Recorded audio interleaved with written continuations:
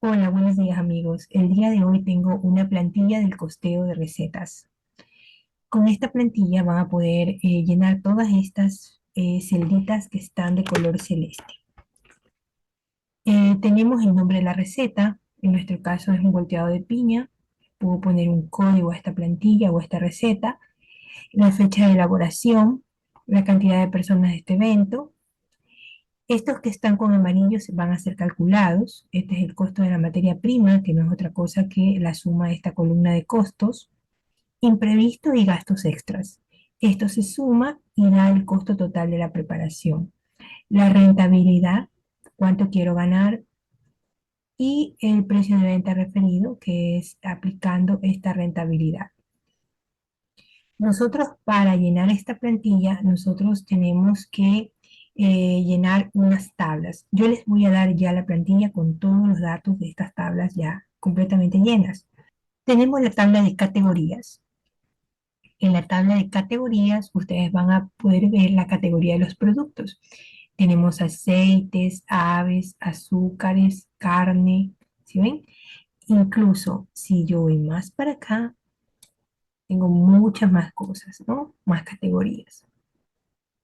Si ustedes desean, por ejemplo, agregar un aceite de aguacate, recuerden que todo esto yo lo doy con clave, o sea, con una hoja protegida, ¿sí? Tenemos aquí formato, voy a desproteger la hoja. Entonces, si yo quiero agregar aquí, por ejemplo, aceite de aguacate, tengo que primero desproteger la hoja y dar aceite de aguacate.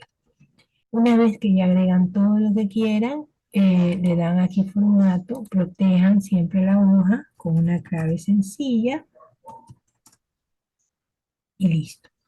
Lo mismo pasa para las medidas. En las medidas solo tenemos estas medidas que son las que más se usan. Aquí les he puesto una notita porque para las conversiones, recordemos que esta plantilla usa la fórmula convert. Convert maneja las unidades en minúscula. No pueden poner estas unidades como ustedes deseen. Él las maneja así como están aquí. Aquí hay una pequeña aclaración para que vean cómo Excel convierte de libras a onzas, ¿sí? Y acá está la abreviatura y su significado, ¿no? Esto también está protegido. Si quieren hacer algún cambio, aunque no les recomiendo porque ya están aquí seteadas todas las unidades que contemplamos, ¿no? En la tarjeta de costo, para nosotros ingresar estos valores que están aquí, por ejemplo, nosotros aquí en la categoría, si ven que tenemos una pequeña flechita, si nosotros la abrimos, podemos escoger, por ejemplo, la categoría, me invento, la categoría de frutos, digamos.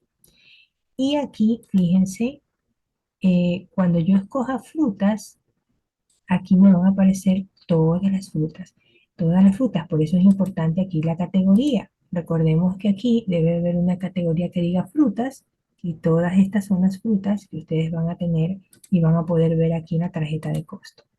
Supongamos que quiero cerezas. Listo. Aquí yo coloco el peso, la unidad y el costo original del producto. Es decir, si yo he comprado una fundita, se me ocurre una fundita que vienen 10 cerezas, aquí en unidad ya tengo las unidades. Supongamos que esa fundita, qué sé yo, me costó $8. Esa es la presentación del paquete. Yo compré 10 cerezas que venían en una fundita en $8, ¿sí? 10 unidades, 10 cerezas en $8. Eh, y aquí pongo la cantidad que realmente voy a usar. Bueno, yo de estas cerezas, yo realmente voy a usar, no voy a usar las 10, voy a usar 5 cerezas. Entonces voy a usar 5 cerezas, 5 unidades. 5 unidades. Entonces, fíjense que él aquí ya me calcula el costo unitario de las cerezas. Esto lo va a hacer con la fórmula convert, si se fijan, ¿sí? Y aquí pues va a hacer el costo total, ¿no?